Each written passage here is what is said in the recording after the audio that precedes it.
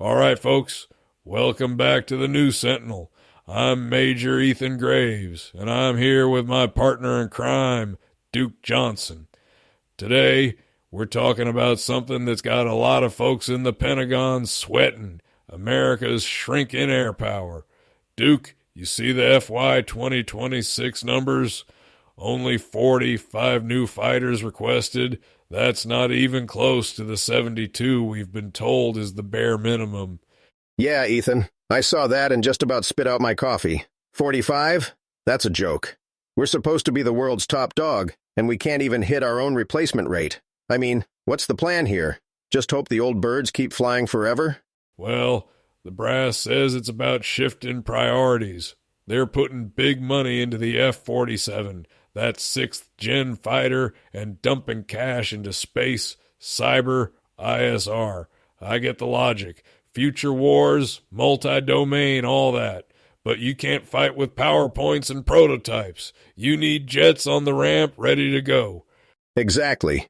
And let's not forget, the F-35 buy is down too, just 24 this year. The rest is F-15EXs, and even that's not enough. We're robbing Peter to pay Paul. And meanwhile, China and Russia are cranking out new fighters like it's nothing. If we keep this up, we're going to drop below 1,000 mission-capable fighters by 2030. That's not just a number. That's a red flag for readiness. Yeah, and it's not just about the jets. Fewer planes means less training for pilots, less surge capacity if things go sideways. I mean, we talked about this kind of risk back in our wedge tail episode. When you cut too deep, you end up with gaps you can't fill overnight. And Congress is already making noise about this. They're not happy with the Air Force falling short, especially with the world heating up. You know, I get wanting to modernize, but you can't modernize yourself into a corner. If you don't have enough fighters to cover the globe, you're just hoping nothing bad happens. That's not a strategy. That's wishful thinking. And the pilots, man, they're the ones who pay the price when the numbers don't add up. Right. And the Air Force is trying to plug holes with the Guard and Reserve. But that only goes so far. At some point, you run out of Band-Aids. The risk is we get caught flat-footed in a crisis, and then it's too late to play catch-up. Let's talk about the iron itself. You see that Fox News piece on the B-1s at Ellsworth? Out of 3 bombers slated for a training mission, only 1 could actually get airborne. The rest? Grounded. 2 busted up to fly. That's not just bad luck. That's what happens when you run these birds into the ground for decades. Yeah, and it's not just the B-1s. F-16s, KC-135 tankers, same story.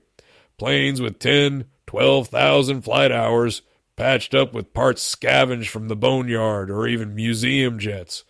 I mean, I remember a deployment. This was, Afghanistan 2010, where mission capable meant limping a Humvee into the field with duct tape and prayers. Now it's our fighter jets getting the same treatment. That's a scary thought. It's nuts. You got maintainers cannibalizing 3-4 jets just to get one in the air, pulling parts off museum pieces.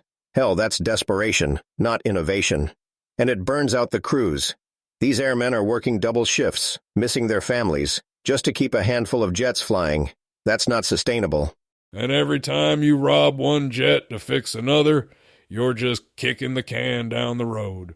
The whole fleet gets older, more brittle.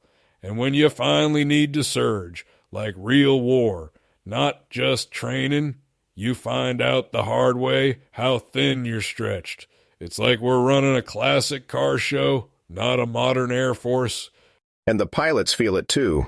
They're not getting enough flight hours, not enough time in the seat. You can't just throw them into a fight with China or Russia and expect them to be sharp. We used to laugh at other countries for flying so little. Now we're the ones with jets sitting on the ramp, waiting for parts. Yeah, and when you're flying patched-up jets, you're always one step away from a mishap. That's a risk to lives, not just hardware. The Air Force is at an inflection point, like the chief said.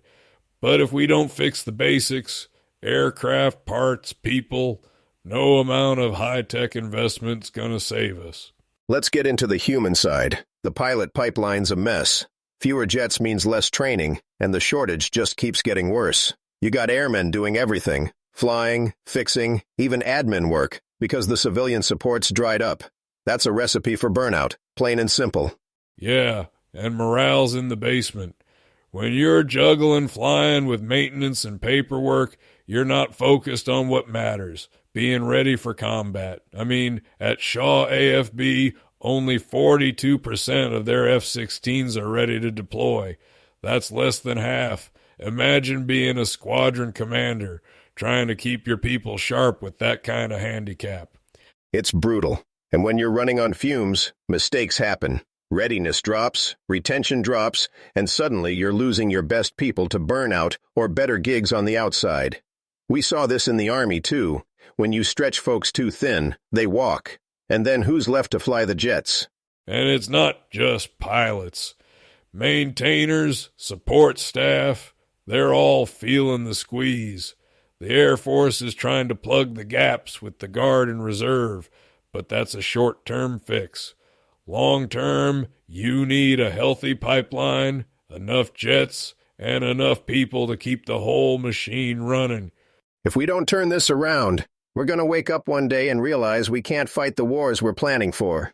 Doesn't matter how fancy your new fighter is if you don't have the pilots or the maintainers to keep it in the air. That's the bottom line. Couldn't have said it better. All right, that's going to do it for today's episode. We'll keep tracking this story because it's not going away anytime soon. Duke, always a pleasure sparring with you. You too, Ethan. Folks, stay sharp out there. We'll catch you next time on the New Sentinel.